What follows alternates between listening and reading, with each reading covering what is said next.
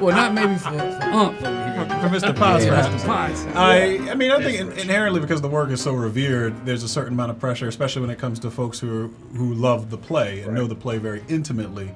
But for us, we had so much time to prepare, and we had so many great creatives on board who really dug into the material and knew their stuff when we stepped on stage, ready to go.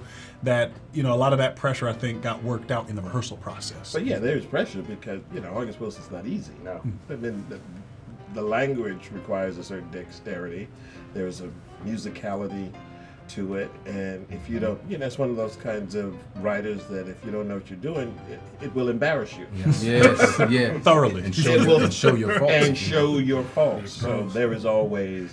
So I may be a little more familiar than these guys are. Humble brag. But I still. Big time. But I still come to it. It makes me nervous when I look at it on the page because the first thing, okay, how do I navigate this? Mm-hmm. Right. His plays deal with legacy, man, and so obviously there's the pressure of that, and we feel that as artists, as Black artists, bringing these characters to life on screen. But I think we got through it, and now we get to share it with the world, and that's the gift, is you get to give it away. We're on stage, night after night. You got to go back to it, revisit, But the beautiful thing about putting it on film is that you get to share it and give it away, Yeah.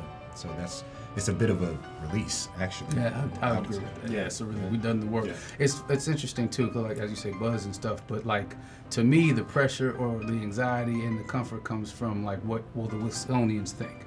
Will the purists think? Because we took a swing in that we wanted to open it up cinematically. That was Malcolm's job, and he did it brilliantly. So we have a different approach and you've talked about it earlier too before, like, and you've been in one. So like we had a different approach to this film than we would the play, and so sometimes you're thinking like, well, I hope they understand that we're honoring the past and ushering the future. Yeah. Right.